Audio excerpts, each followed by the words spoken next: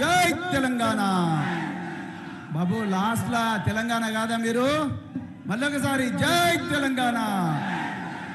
చాలా చాలా ధన్యవాదాలు. సభాధ్యక్షులు పెద్దలు, గౌరవనీయులు, స్థానిక మాజీ శాసనసభ్యులు, మా బావగారు, స్థానిక మాజీ శాసనసభ్యులు డాక్టర్ మెతుకు ఆనంద్ గారు, అదేవిధంగా ఈరోజు మిత్రులారా జాగ్రత్తగా వినాలి. ఈ సమావేశం మనందరి భవితవ్యాన్ని నిర్ణయించే సమావేశం. చాలా జాగ్రత్తగా వినాలి. ఈరోజు 100 డిగ్రీల జ్వరం ఉన్నా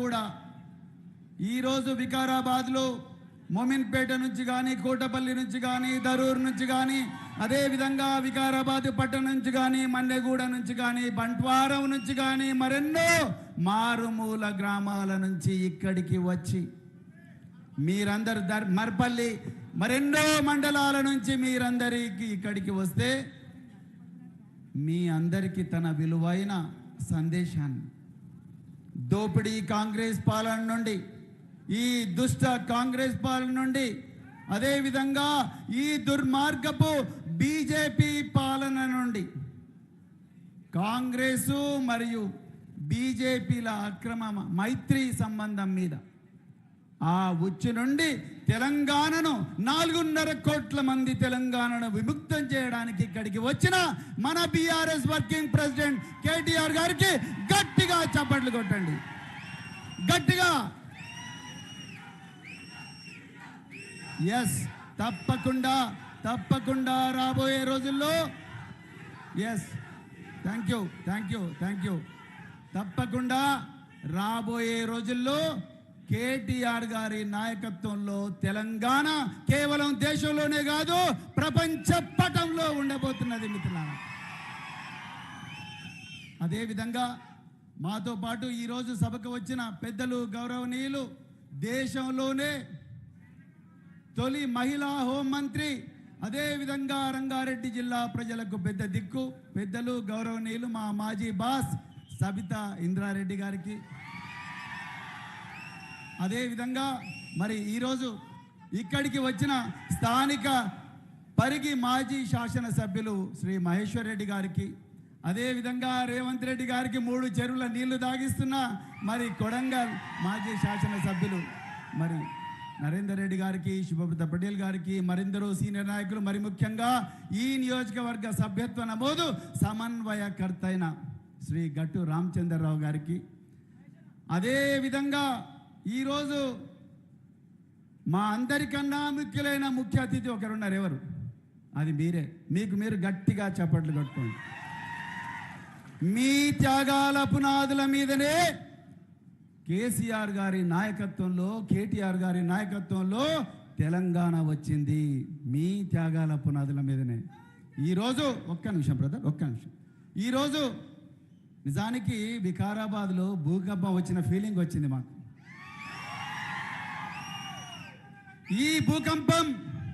ఈ భూకంపం తీవ్రత మరింత పెరిగి రేపు కొడంగల్లో రేవంత్ రెడ్డి దోపిడీ కోటలను కూలగొట్టేదాకా, ఇక్కడ స్పీకర్ దోపిడీ కోటలను కూలగొట్టే పరిస్థితి వచ్చేది. పోలీసులు రేవంత్ రెడ్డి ఆదేశాల మేరకు డీజే లేకుండా చేసిండ్రు మిత్రులారా. డీజే ఉంటేనా ఇలా వికారాబాద్ మొత్తం కూడా పంపించిపోయేది. మిత్రులారా, పెద్దలు, గౌరవనీయులు, మన తెలంగాణ కాబోయే ఒక గొప్ప దిశానిర్దేశకుడు, అదేవిధంగా భారత రాష్ట్ర సమితి వర్కింగ్ ప్రెసిడెంట్ అయిన కేటీఆర్ గారు నాకు ఒక 15 నిమిషాల టైం ఇచ్చారు. సర్ మీద నన్ను మాట్లాడమని చెప్పారు. వారి అనుమతితోని నేను 15 నిమిషాలు మిమ్మల్ని సర్ లోపలికి తీసుకుపోతా. ఓకేనా? రెడీనా?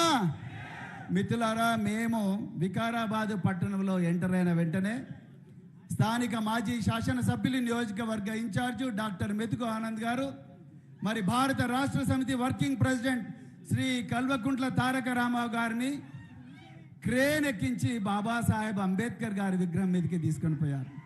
ఆ విగ్రహానికి పూలమాలలు వేసి ఆ మహనీయుడికి నమస్కారం చేసుకొని కేటీఆర్ గారు కిందికి దిగారు. మిత్రులారా, వారి అనుమతితోని నేను మిమ్మల్ని అందరినీ విమానం ఎక్కించాలనుకుంటున్నాను. రెడీనా? మీరందరు కూడా రెడీనా? ఓకే. మీ అందరి దగ్గర ఉన్న ఫోన్లు ఒకసారి చూపించండి. ఫోన్లు తీయండి అందరు కూడా. మీ ఫోన్లు దయచేసి ఎడమ చేతిలో పెట్టుకోండి. ఎడమ చేతిలో please hold your mobile phones in your left hand. దయచేసి ఎడమ చేతిలో పెట్టుకోండి. కేటీఆర్ గారు ఇవ్వబోయే అద్భుతమైన స్ఫూర్తిదాయక తెలంగాణ ప్రజల జీవితాలను మార్చబోయే ప్రసంగాన్ని వినే ముందు మీరందరూ కూడా మీ మొబైల్ ఫోన్లు మీ ఎడమ చేతిలో పెట్టుకొని ఒక్కసారి స్క్రీన్ మీ వైపు తిప్పుకోండి. ఒక్కసారి తిప్పుకోండి. మీ కుడి చేయి తిప్పుకున్నారు అందరు కూడా. మీ కుడి చేయి బొటన వేలితో స్క్రీన్ మీద ఒక్కసారి, మీ కుడి చేయి చూపుడు వేలితోని స్క్రీన్ మీద ఒకసారి కిందికి లాగండి. లాగండి, లాగండా. అందులో మీకు విమానం బొమ్మ కనిపిస్తున్నదా? కనిపిస్తున్నదా? ఆ విమానం బొమ్మ నొక్కండి. నొక్కిందా? నొక్కిందా? Very good. ఇప్పుడు మనం వికారాబాద్ విమానాశ్రయంలో ఒక పెద్ద విమానం ఎక్కినాం. ఆ విమానంలో వేలాది మంది గులాబీ సైనికులు ఎక్కిండ్రు. ఇప్పుడు విమానంలో ఎక్కినరా? మీరు ఎక్కిందా? దయచేసి కళ్ళు మూసుకోండి. This is my request. నిజంగా చెప్తున్నా, కళ్ళు మూసుకోండి. కేటీఆర్ గారి విలువైన మాటలు. మిత్రులారా, నేను పోలీసింగ్ నుంచి వచ్చిన. ప్రాణం తీసేది తూట, ప్రాణం పోసేది మాట. 100 డిగ్రీల జ్వరం ఉన్నా కూడా ఈరోజు మీ అందరికీ తన గొప్ప కళను పంచుకోవడానికి ఒక నాయకుడు ఇంట్లో ఉండి ఆనందంగా ఒక ట్యాబ్లెట్ వేసుకొని రెస్ట్ తీసుకునే అవకాశం ఉన్నా, రాత్రి బవళ్ళు ఈ స్పీకర్ పెట్టే దుర్మార్గాలకు కానీ రేవంత్ రెడ్డి చేస్తున్న దౌర్జన్యాలకు వ్యతిరేకంగా పోరాడుతున్న మీ మనసు లోపల తూటాల లాంటి తన మాటలు నింపడానికి మీ దగ్గరికి వచ్చిన కేటీఆర్ గారి మాటలు వినాలంటే ముందు మీరందరూ కూడా ప్రశాంతంగా ఉండాలి. మీ మనసును ప్రశాంతపరచుకోండి. ఒక్క నిమిషం నేను చెప్పినట్టుగా కళ్ళు మూసుకోండి. నేను కూడా మూసుకుంటా. దయచేసి కళ్ళు మూసుకోండి. Please close your eyes. Take a deep breath. దీర్ఘంగా శ్వాస లోపలికి తీసుకోండి. మీ మనసులో ఉండే ఆలోచనలన్నీ మీ శ్వాస మీదనే కేంద్రీకరించండి. Take a deep breath. మీరందరూ బాగా కష్టపడి ఇక్కడికి వచ్చారు. రామన్న గారి అద్భుతమైన రోమాంచక ప్రసంగం వినడానికి వచ్చారు. దయచేసి మీ కళ్ళు మూసుకోండి. దీర్ఘంగా శ్వాస తీసుకోండి. Please close your ice. తీసుకున్నారా?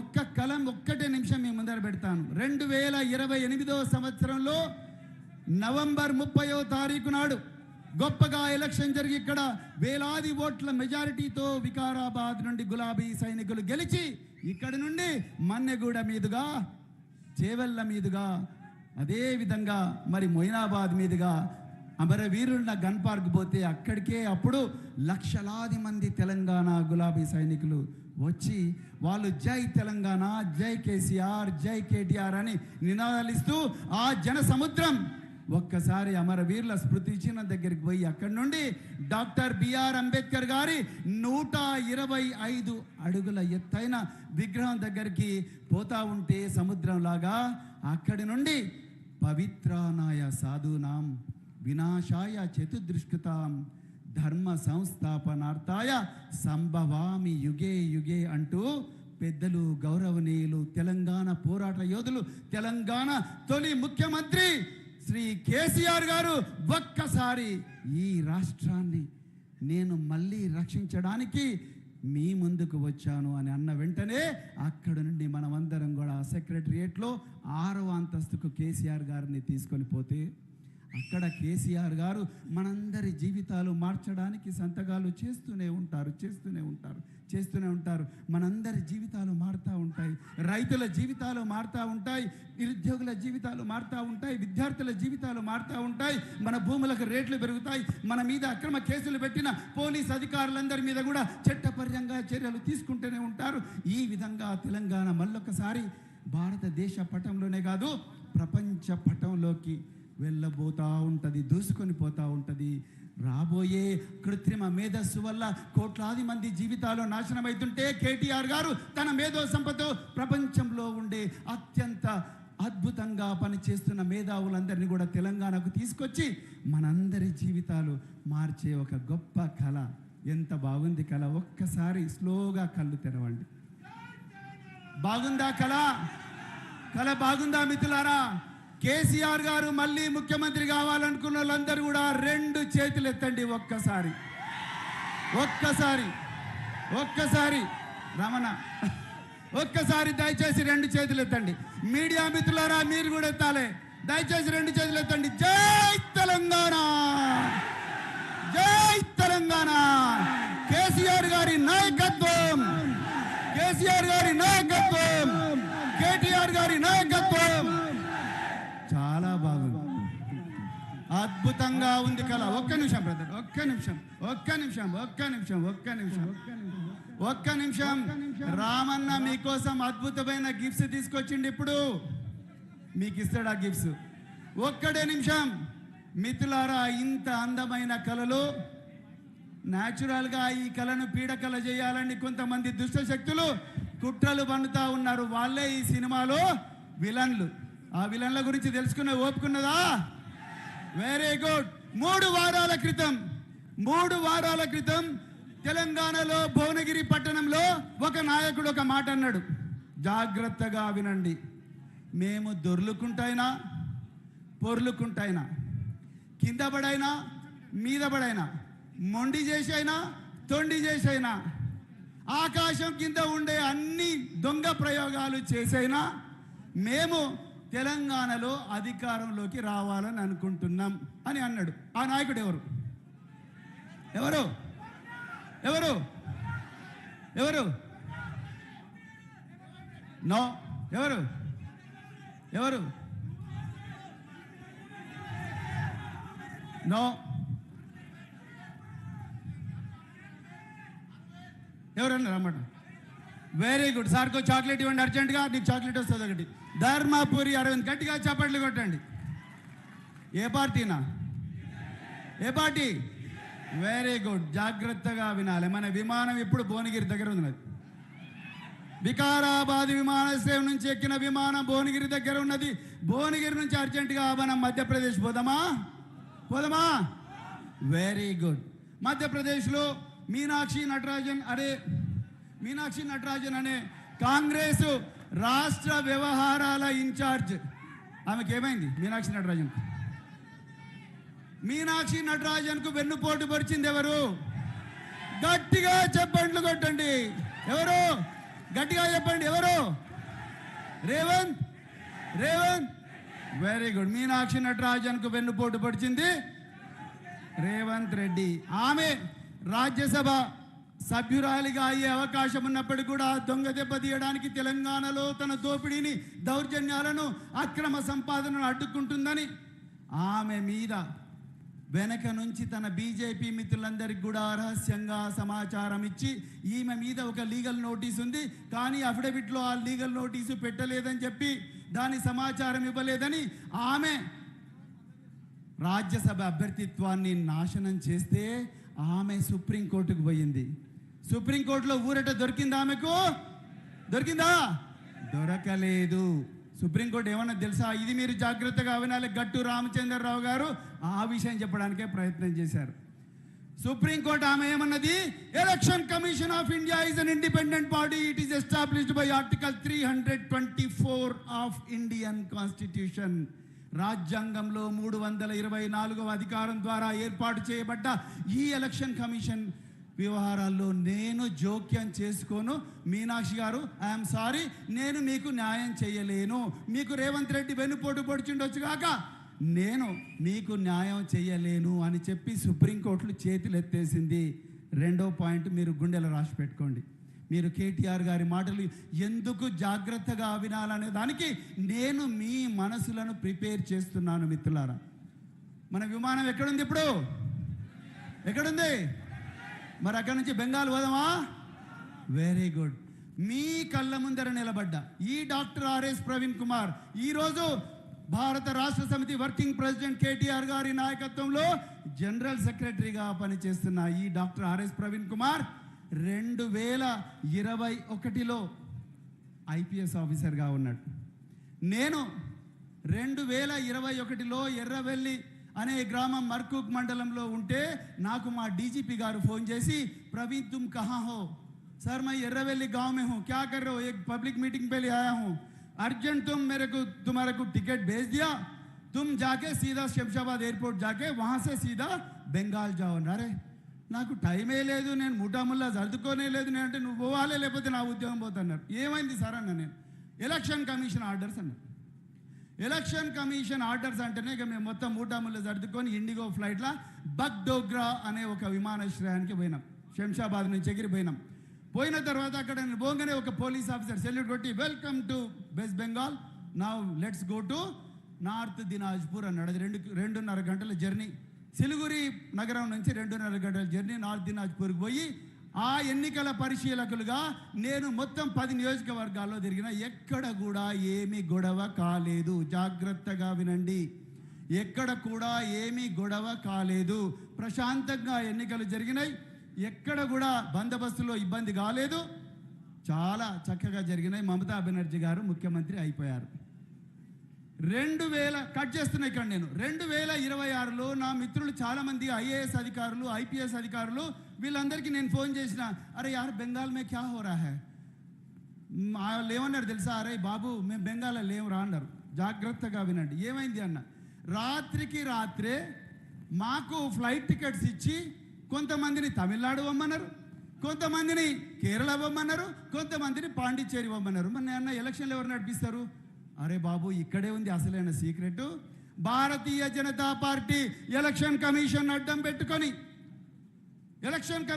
పెట్టుకొని దేశంలో భారతీయ జనతా పార్టీ ప్రభుత్వాల్లో పనిచేస్తున్న అధికారులు, ఎన్కౌంటర్ స్పెషలిస్టులు, అజయ్ పాల్ శర్మ లాంటి ఎన్కౌంటర్ స్పెషలిస్టులు అందరినీ కూడా బెంగాల్కు దించి సెంట్రల్ రిజర్వ్ పోలీస్ ఫోర్స్, భారత సరిహద్దు దళం, ఎస్ఎస్బి ఇలాంటి పోలీస్ ఫోర్సెస్ నుండి వందలాది మంది, వేలాది మందిని దించి, బిడ్డ మమతా బెనర్జీ గెలిస్తే ఇక నడవదు అంటే వాళ్ళందరూ కూడా సాయుధులై మొత్తం గ్రామాలలో పహారా తిరిగి చివరికి మమతా బెనర్జీ గారిని ఓడించారు. కానీ అదొక్కటే కారణం కాదు. మమతా బెనర్జీ గారు ఓడడానికి ఇంకో కారణం ఉంది. ఆ కారణం ఏంది మీరు చెప్పాలి. ఎవరు? ఎస్ఐఆర్. ఒక చాక్లెట్ ఇవ్వండి బ్రదర్కు అర్జెంటుగా. ఎస్ఐఆర్ గట్టిగా చప్పట్లు కొట్టండి. ఎస్ఐఆర్ ఈరోజు కేటీఆర్ గారి ఈరోజు మీకు చెప్పబోయే రాజకీయ ఉపన్యాసం యొక్క మూల బిందువిదే. ఎస్ఐఆర్ 90 లక్షల ఓట్లు తీసేసిండ్రు మిత్రులారా బెంగాల్లో. జాగ్రత్తగా వినండి. 90 లక్షల ఓట్లు తీసేస్తే ఆ 90 లక్షల ఓట్లలో మమతా బెనర్జీ గారు ఏ విధంగా అయితే ఈరోజు ఆనంద్ గారు ఉన్నారు, సబితా ఇంద్రారెడ్డి గారు ఉన్నారు, మహేశ్వర్ రెడ్డి గారు ఉన్నారు, ఈ విధంగా జిల్లాల అధ్యక్షులందరినీ కూడా మన దగ్గర ఓటర్ కార్డు ఉన్నది, రేషన్ కార్డు ఉన్నది, అదేవిధంగా ఆధార్ కార్డు ఉన్నది, ఇవన్నీ కూడా తీసుకొని అర్జెంటుగా ఎంఆర్ఓ దగ్గరికి పోండి, ఆర్డీఓ దగ్గరికి పోండి, వీళ్ళందరూ కూడా న్యాయబద్ధమైన ఓటర్లే అని చెప్పి వాళ్ళందరి దగ్గరికి పంపిస్తే ఆర్డీఓ ఏమన్నాడు తెలుసా? Get out. కలెక్టర్ దగ్గరికి పోతే గెట్ అవుట్. ప్రధాన ఎన్నికల అధికారి బెంగాల్కు పోతే మనోజ్ అగర్వాల్, ఆయన దగ్గరికి పోతే గెట్ అవుట్. ఎక్కడ పోయినా get out, get out, get out. 35 లక్షల మంది ఓటర్ల voter ID card, Aadhaar card, ration card ఇవన్నీ తీసుకొని మేము ఎన్నో ఓట్లు వేసామంటే కూడా నో, మీరు సర్లో మీరు ఓటర్లు కాదంటే చివరికి రాష్ట్ర ముఖ్యమంత్రి మమతా బెనర్జీ గారే నల్లకోట వేసుకొని 20 మంది 30 మంది పెద్ద పెద్ద లాయర్లను తీసుకొని గౌరవ సుప్రీంకోర్టు దగ్గరికి పోతే సుప్రీంకోర్టు ఏమన్నది తెలుసా? మేడం మమతా బెనర్జీ గారు వీళ్ళు నిజమైన ఓటర్లే కావచ్చు కానీ 2026లో వీళ్ళు ఓట్లు వేయలేరు, 2030 చూద్దాం మీరు ఇంటికి వెళ్ళిపోండి అన్నది. ఆ పని అయిన వెంటనే ఆమె ఏడుస్తూ బెంగాల్కు వస్తే బెంగాల్లో బీజేపీ పెద్ద ఎత్తున 70 సీట్లు గెలిచిన బీజేపీ 202 సీట్లు గెలుచుకొని మమతా బెనర్జీని ఇంటికే పరిమితం చేస్తే ఒకరోజు వాళ్ళ అల్లుడు అభిషేక్ బెనర్జీ ఆయన సొంత నియోజకవర్గానికి, పార్లమెంటు సభ్యుడు సొంత నియోజకవర్గానికి పోతే బీజేపీ నాయకులందరూ రాళ్ళు తీసుకొని ఆయన కొట్టిండ్రు. సిట్టింగ్ ఎంపీ మీద రాళ్ళు తీసుకొని కొట్టే పరిస్థితి బీజేపీ నాయకులు క్రియేట్ చేసిండ్రు. మీరు అర్థం చేసుకోవాలి మిత్రులారా, ఈ సర్ను మీరు సీరియస్గా తీసుకోవాలి. నేను చాలామంది ఎంఆర్ఓలతోని, చాలామంది ఆర్టీఓలతోని మాట్లాడిన తర్వాతనే నేను మీకు ముచ్చట చెప్తున్నా. బిఎల్ఓలు వీళ్ళందరూ కూడా వాళ్ళ డ్యూటీ సరిగా చేసినప్పుడే ఈ ప్రక్రియ కరెక్ట్ అవుతుంది. లేకపోతే మనకు కూడా బెంగాల్ పరిస్థితి వచ్చే ప్రమాదం ఉంటుంది. చివరిగా మన విమానం ఎక్కడున్నది? బెంగాల్ నుంచి ఎక్కడికి పోదాం? విజయవాడ పోదాం. చివరిగా ఒక్క ఎగ్జాంపుల్ చెప్పి నేను ముగిస్తా. విజయవాడ 2018లో ఆంధ్రప్రదేశ్ ముఖ్యమంత్రి ఎవరు? జగన్. గడ్డి చెప్పండి. ఎవరు? సార్కో చాక్లెట్ ఇవ్వండి, తర్వాత టైం లేదు. చంద్రబాబు నాయుడు 2018లో సేవామిత్ర అనే ఒక అప్లికేషన్ తయారు చేశారు తెలుగుదేశం పార్టీ కార్యకర్తలు. జాగ్రత్తగా వినాలి. ఒకప్పుడు యుద్ధాలంటే రక్తపాతం జరిగేది, మందు పాత్రలు పేలేవి, యుద్ధ ట్యాంకులు వచ్చేవి, మనుషులను చంపేసేవి. కానీ ఇప్పుడు అలాంటి రక్తపాతం లేకుండానే ఒక ఆయుధం తయారు చేసిండ్రు టీడీపీ వాళ్ళు. సేవామిత్ర అనే యాప్ తయారు చేసి అమాయకంగా టీడీపీ కార్యకర్తలందరి సెల్ ఫోన్లలో దాన్ని డౌన్లోడ్ చేసి, బ్రదర్ ఒక్క 2 నిమిషాలు బ్రదర్, 2 నిమిషాలు, టీడీపీ కార్యకర్తల మొబైల్ ఫోన్లలో మొత్తం కూడా డౌన్లోడ్ చేసి వాళ్ళందరినీ కూడా ఆంధ్రప్రదేశ్ ఓటర్లందరి దగ్గర పంపించి, అమ్మా, అయ్యా, బాబు బాగున్నారా, మంచిగున్నారా, ఓకే థ్యాంక్ యూ, బాగుంది, మీరు ఏ కులం, మీరు ఎవరికి ఓటేస్తారు? బాబు మేము వైసీపీకి వేస్తాం, ఫలాని పార్టీకి వేస్తామంటే ఎవరెవరైతే వైసీపీకి ఓటేయాలని అనుకున్నారో, ఎవరెవరైతే కొంచెం అటు ఇటు ధృవీకరణ పత్రాలు ఉన్నాయో వాళ్ళందరినీ ఒక్క దెబ్బన రాత్రి 30 లక్షల మంది తీసేసే ప్రయత్నం చేసిండ్రు. జాగ్రత్తగా వినండి.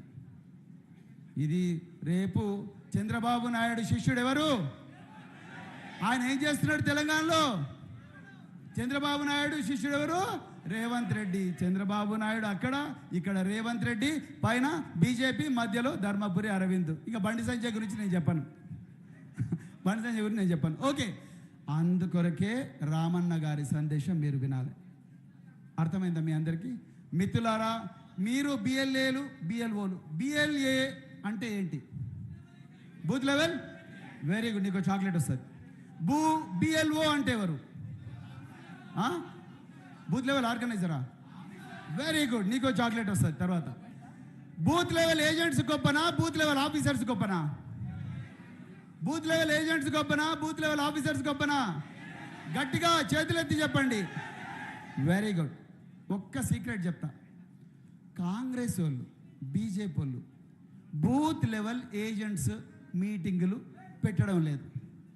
బూత్ లెవెల్ ఏజెంట్స్ లిస్ట్ కూడా ఆర్డీఓలకు ఇవ్వలేదు. ఎందుకు? కాంగ్రెస్ వాళ్ళు బిఎల్ఏల మీటింగ్ మనలాగా పెట్టడం లేదు. ఎవరండి మాట?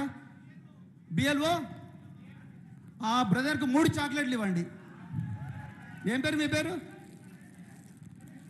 Very good. Director Sridhar Reddy, very good. Shankar Reddy, very good. బిఎల్ఓలు వాళ్ళు కాంగ్రెస్ వాళ్ళు ఏమనుకుంటారు తెలుసా? బిఎల్ఓలు మనోళ్ళే, అంగన్వాడీ వర్కర్లు, ఆశా వర్కర్లు, ఫీల్డ్ అసిస్టెంట్ వీళ్ళందరూ మనోళ్ళే. కాబట్టి మనం ఏం చెప్తే వాళ్ళు అది చేస్తారు. మనం ఎవరి ఓటు తీసేయమంటే వాళ్ళ ఓటు తీసేస్తారు, ఎవరి ఓటు ఎక్కించమంటే వాళ్ళ ఓటు ఎక్కిస్తారు. మనం ఈ బీఆర్ఎస్ లాగా బిఎల్ఏ మీటింగ్లు ఎందుకు పెట్టాలి? మంచిగా బిందాస్గా బిఎల్ఓలకు చెప్పి మన పని దొడ్డిదారిన చేయించుకుందామని అనుకుంటున్నారు. మరి కేసీఆర్ మార్గదర్శనంలో నడిచి కేసీఆర్ ద్వారా శిక్షణ పొందబడ్డ గులాబీ సైనికులు అలాంటి తప్పులు చేస్తారా? 2 చేతులు చెప్పండి. చెయ్యరు.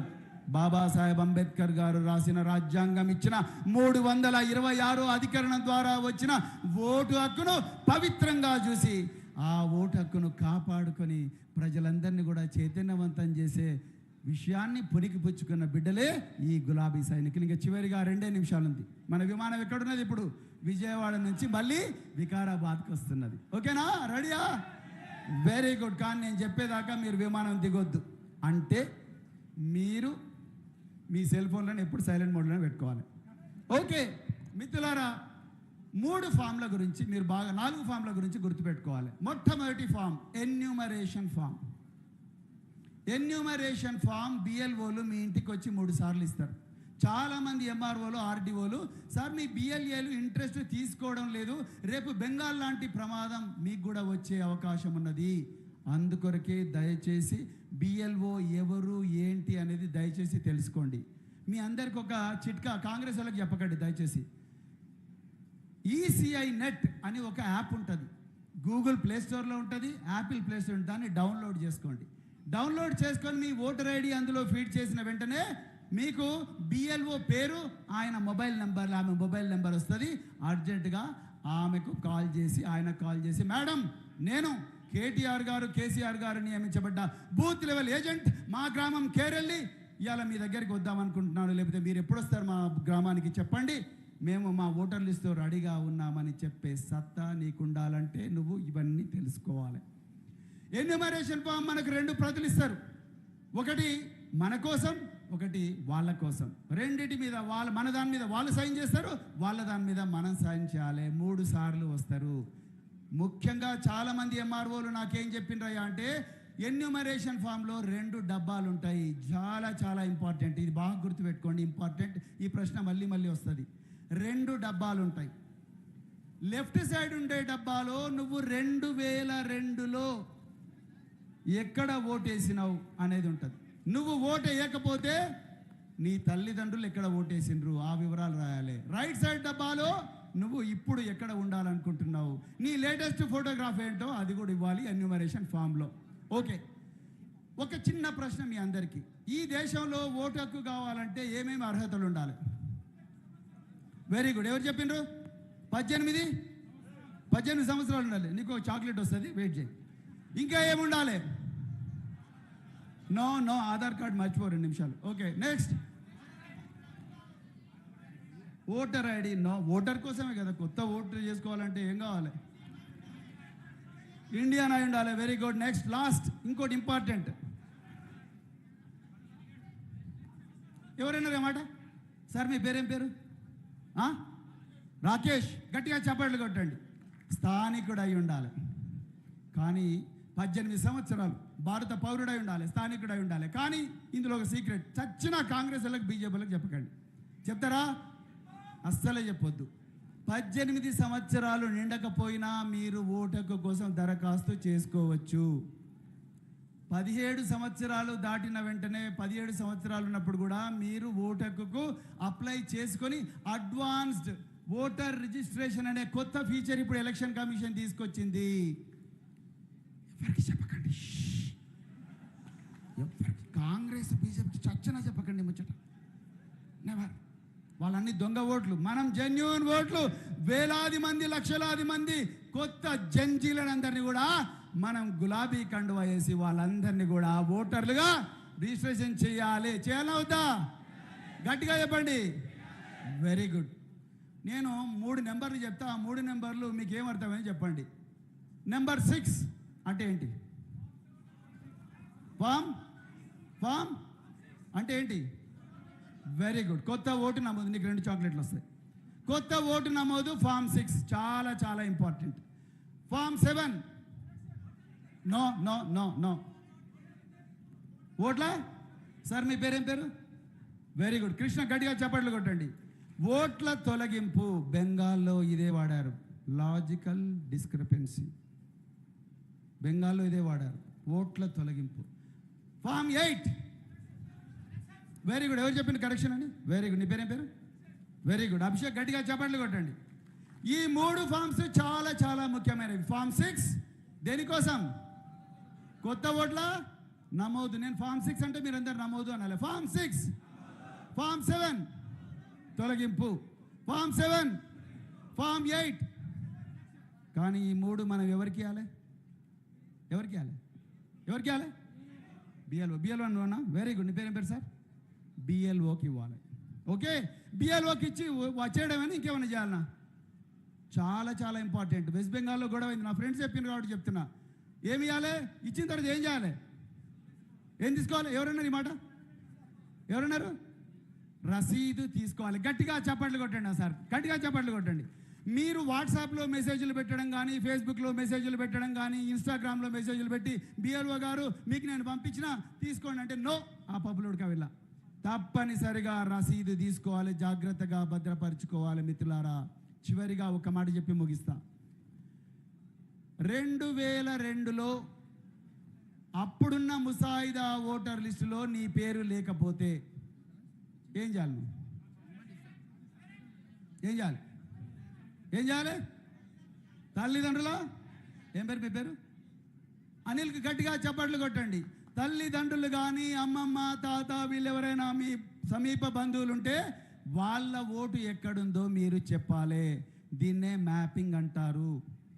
చాలా చోట్ల కూడా ఈ సమస్య వస్తుంది. తెలంగాణలో ఇప్పటికీ 89 లక్షల మంది ఓట్లు ఇంకా మ్యాపింగ్ కాలేదు. అంటే మీరు మ్యాపింగ్ కాకపోతే జూలై, ఆగస్టు 1వ తారీఖు నాడు రాబోయే ముసాయిదా ఓటర్ల లిస్టులో మీ పేరు లేకపోతే మీరు బంట్వారం చెరువులో పడాల్సిన అవసరం లేదు, వికారం చెరువులో పడాల్సిన అవసరం లేదు, అనంతగిరి గుట్టల్లోకి పోవాల్సిన అవసరం లేదు.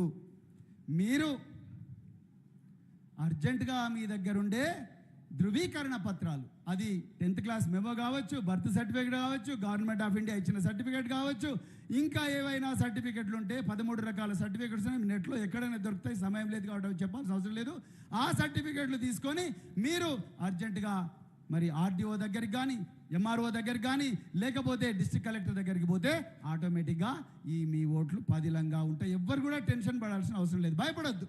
మిమ్మల్ని భయపెట్టించడానికి చెప్తున్న మాటలు కావు, కానీ మీరు అప్రమత్తంగా ఉండాలి. మనం ఒక కలగన్నాం, ఎవరిని ముఖ్యమంత్రి చేయాలని కలగన్నాం? గట్టిగా చెప్పండి, గట్టిగా చెప్పండి. మరి మనం ముఖ్యమంత్రిగా కేసీఆర్ గారిని చేసుకోవాలంటే ఎవరిని ఓడగొట్టాలి? కాంగ్రెస్ మరియు మన సినిమాలో విలన్లు వాళ్ళే. మనం డిష్యూమ్ చేసి రాజ్యాంగబద్ధంగా కింద పడేయాలి. కేసీఆర్ గారిని సెక్రటరియట్లో ఉండే 6వ అంతస్తును పాలతో కడిగి వారిని ఆ ముఖ్యమంత్రి పీఠం మీద మళ్ళీ అధిరోహించే విధంగా చేయాలని చెప్పి కోరుకుంటూ, మీ అందరికి కూడా ఇంత చక్కటి అవకాశం ఇచ్చిన మరి వికారాబాద్ గులాబీ సైనికులందరికీ, అదేవిధంగా మొట్టమొదటిసారి మరి మా భారత రాష్ట్ర సమితి వర్కింగ్ ప్రెసిడెంట్ గారు నాకు సర్ మీద మాట్లాడే అవకాశం ఇచ్చినందుకు వారికి హృదయపూర్వక ధన్యవాదాలు చెప్పుకుంటూ జై తెలంగాణ. మిత్రులారా, చివరిగా ఒక మాట మర్చిపోయాను. నేను చాలా మంది అనుకుంటున్నారు నేను వికారాబాద్లో ఒక ఓటు పెట్టుకుంటా, బండ్లగూడలో ఇంకో ఓటు పెట్టుకుంటా అని అనుకుంటున్నారు. బిడ్డ, చెంచల్గూడలో ఒక బ్యారక్ ఉంటుంది, గోదావరి బ్యారక్. చూడడానికి గోదావరి పేరు బాగున్నది. నేను మన పోయినా గోదావరి బ్యారక్. నేను జైలర్ని అడిగిన, సార్ ఎట్లుంటుంది అంటే, సార్ మార్నింగ్ వెళ్ళేస్తారు, మంచిగా యోగా చేస్తారు, దాని తర్వాత బ్రేక్ఫాస్ట్ చాలా బాగుంటుంది, లంచ్ బాగుంటుంది, డిన్నర్ 2 గంటలకు ఇస్తారన్న. నేను అనుకున్న 9 గంటలు ఏమనుకున్నా, 6 గంటలకే డిన్నర్ అంట. నేను అన్న పడుకోవడానికి ఏమి ఇస్తారంటే, ఏమన్నా సార్ మంచిగా దుప్పటి ఇస్తారంటే, మన మెత్త ఇస్తారా అన్నాను. నో, మెత్త ఇవ్వం సార్, మా దగ్గర మెత్తలు ఉండవు, కావాలనే మెత్త ఇవ్వమని చెప్తున్నారు. మిత్రులారా, ఇప్పుడు election commission of India aero net అనే ఒక కొత్త యాప్ తీసుకొచ్చింది. మీరు 2 ఓట్లు పెట్టుకుంటే అర్జెంటుగా మిమ్మల్ని దొరకబడుతుంది. ఒక్కటే ఓటు పెట్టుకోవాలి. కాంగ్రెస్, బీజేపీ వాళ్ళు దౌర్జన్యంగా ఓట్లు గుంజే ప్రయత్నం చేస్తున్నారు కాబట్టి, దొంగ ఓట్లు వేయించే ప్రయత్నం చేస్తున్నారు కాబట్టి, వాళ్ళ మీద మీరు ఒక నిఘా పెట్టి అర్జెంటుగా మీరు మీ ఓట్లు పదిలంగా కాపాడుకొని కొత్త ఓట్లు నమోదించే కార్యక్రమానికి చేస్తారని చెప్తూ, మనం ఎట్టి పరిస్థితులు కూడా ఎలక్టోరల్ మాల్ ప్రాక్టీసెస్ చేయకూడదని చెప్తూ, ఇంత అవకాశం ఇచ్చిన మరి సభాధ్యక్షులు, మరి గౌరవనీయులు వికారాబాద్ మాజీ శాసనసభ్యులు డాక్టర్ ఆనంద్ గారికి ధన్యవాదాలు చెప్తూ జై తెలంగాణ. ప్రవీణ్ కుమార్ గారికి